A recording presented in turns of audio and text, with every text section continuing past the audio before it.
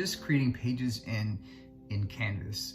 I know that when I started to create some of my pages that there was a lot of frustration. There's a lot of things that seemed like it should be intuitive and you could click a button and things just work out the way they did. And unfortunately, there were no buttons to press, or it didn't work out like you wanted it to. So I want to kind of give you a few tips, 2 or 3 tips in this real short video on how to make your pages look a little bit nicer, to make it where you can do a lot more with it, a lot more easier organization. So let's get to it. In Canvas, I'm going to go into the course I've been working on. I've kind of focused on one course, and I've been looking at trying to make my pages look a little bit more like I think a website would look. And so I'm going to go in. I want to show you a few of my pages. We're going to look at my one of my pages that I put a lot of text on, but I've also put in some images, and I made it so that the text would wrap around the images, which seems like it would be natural, but in this format, it was actually quite difficult to figure out how to do that until someone told me how to do it. And so you can see here how the images fall in line with the text, and they just kind of wrap around it. It looks a lot nicer than having that one line of text kind of off to the side if you've tried to do this already. And of course, I have a video embedded at the end there. So I want to go ahead and I want to show you kind of just in practice how I would do this.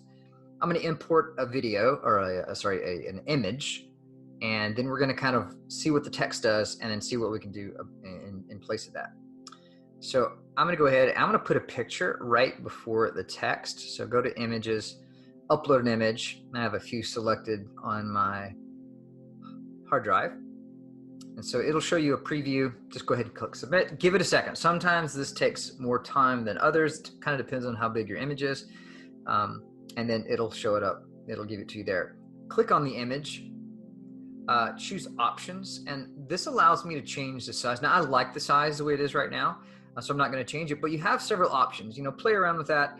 If you really want it to be a lot larger or smaller than the preset options, you go into custom and you can tell it exactly how many pixels you want it to be. I think if you wanted to go all the way across the screen, that's about 10, I think it's 1078 is the size, close to it anyway. You can get close to it, but another video on that later. I'm going to go ahead and keep this as the medium size. A few things I don't like about this. Number one, the text is literally right on top of your image. And if you keep typing, right, and it keeps going to the end, and then all of a sudden you have all this space right here with no text. I really like that to kind of wrap around. So here's how you do that. Don't freak out. I'm going to teach you a little bit about how to insert some code into your HTML editor. I'm going to click this symbol. It's the way I switched to my HTML editor. Now, if you've done coding in the past, this is gonna be a piece of cake for you. This would be easy for everyone, right? Up at the top, what you have here is you have the image, and it tells you where the source is located. What I want to do is I want to add something there. I'm going to click right past where that image is, right? Just after the IMG, right? And I'll post a Google Doc with all this code on it, so you can just simply copy, paste it right in. Here is the code that I want to type in, right? This is going to allow it to give that space, and it's going to allow. I'm going to copy that. I'm going to go up here. I'm going to simply copy and paste that right in. I'm going to hit a little bit of space. So you have IMG space, and then your paste here, and then all the rest of it should be just like you had it before. Don't touch anything else. Go back, click your symbol, and voila, you have what looks a lot nicer. You kind of keep typing, and if it's the same paragraph, it'll do just like it has before. You hit enter, it gives you that new paragraph, right? You can keep going with it like that.